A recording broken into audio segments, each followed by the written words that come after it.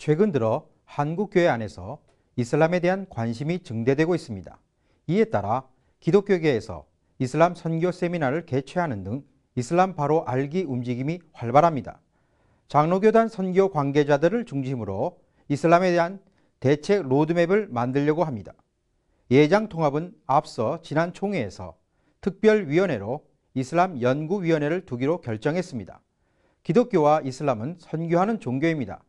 서양 종교로 인식되던 기독교는 아시아, 아프리카, 남미 등과 같은 비서구 지역을 중심으로 최고의 부흥기를 구가하고 있습니다. 반면 아라비아에서 시작된 이슬람은 북아프리카, 동남아시아를 넘어 유럽에서 점차 세력을 확장해가고 있습니다.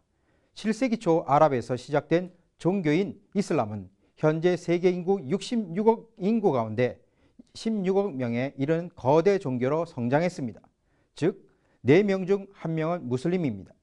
아랍 무슬림은 2억 명이고 나머지 14억 명은 비아랍계 무슬림입니다. 중국만 해도 세계에서 9번째로 많은 무슬림을 갖고 있는 나라입니다.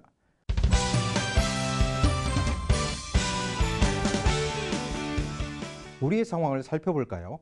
법무부 출입국 관리국 통계에 따르면 2008년 8월 현재 국내 거주 외국인 113만 3,874명 가운데 무슬림은 15만 명에 육박합니다.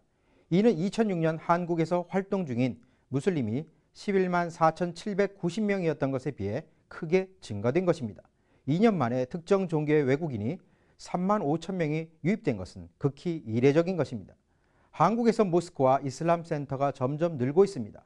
1976년 5월 이슬람 국가들의 지원으로 서울 한남동 서울중앙성원이 세워졌습니다. 현재 부산, 광주, 전주 성원 등 전국에 13곳으로 늘어났습니다.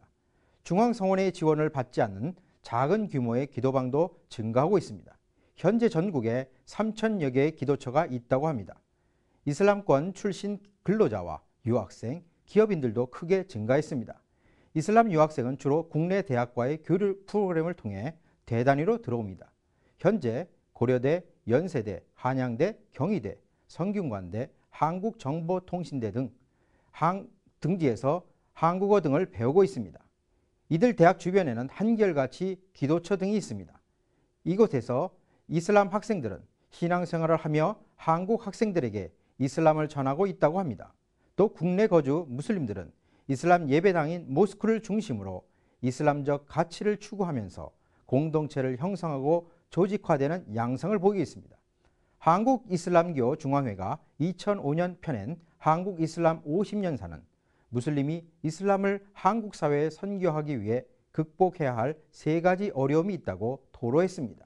첫째, 무슬림은 한국 사회 전반에 기독교 세계관의 영향을 받아 왜곡된 이슬람의 이미지가 유포된 상황을 이슬람 선교의 큰 걸림돌이라고 간주했습니다.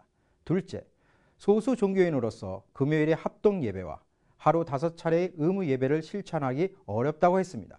마지막으로 한국 무슬림은 외국 이슬람 선교사가 지닌 이슬람과 한국 문화 및 한국어에 대한 지식이 부족하다고 여겼습니다.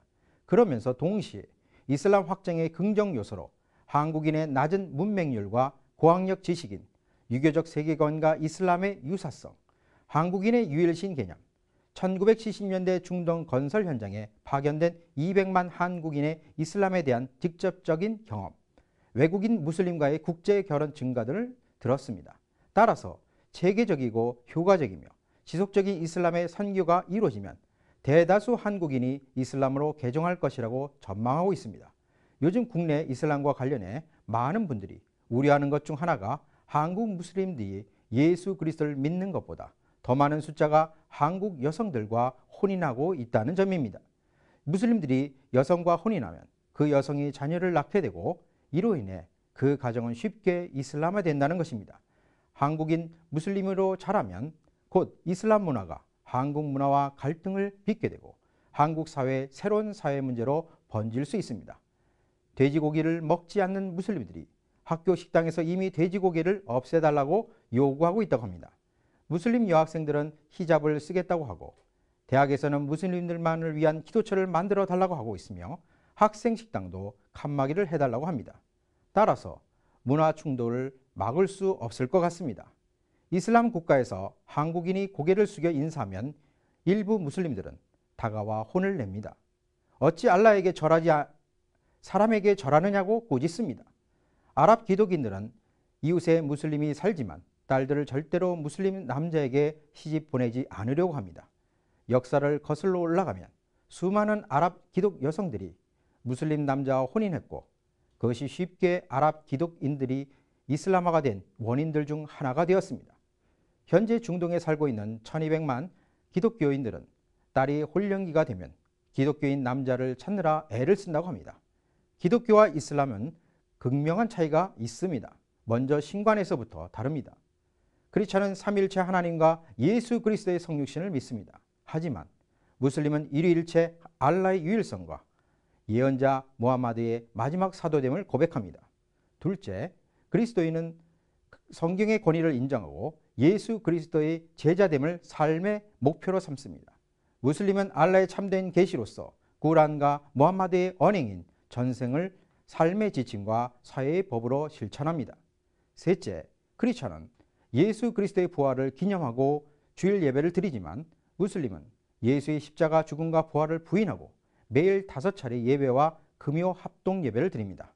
넷째, 크리스찬은 믿음으로 구원을 받는다는 교리를 강조하는 반면 무슬림은 최후 심판의 날에 부활하여 믿고 선행한 대로 천국이나 지옥에서 영생함을 믿습니다.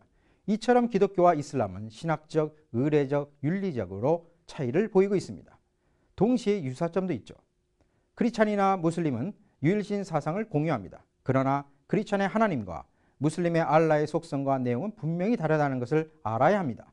그러면서도 이슬람을 적대적으로 보는 것은 상대를 자극할 우려가 있습니다. 사랑으로만 품기에는 우리가 너무 잘 모르는 것도 큰 문제입니다. 따라서 크리스찬들은 예수 그리스도의 긍휼의 눈을 갖고 무슬림들에게 다가가는 노력이 필요합니다. 즉 예수님이라면 무슬림을 어떻게 대하실까라는 마음이 요청됩니다.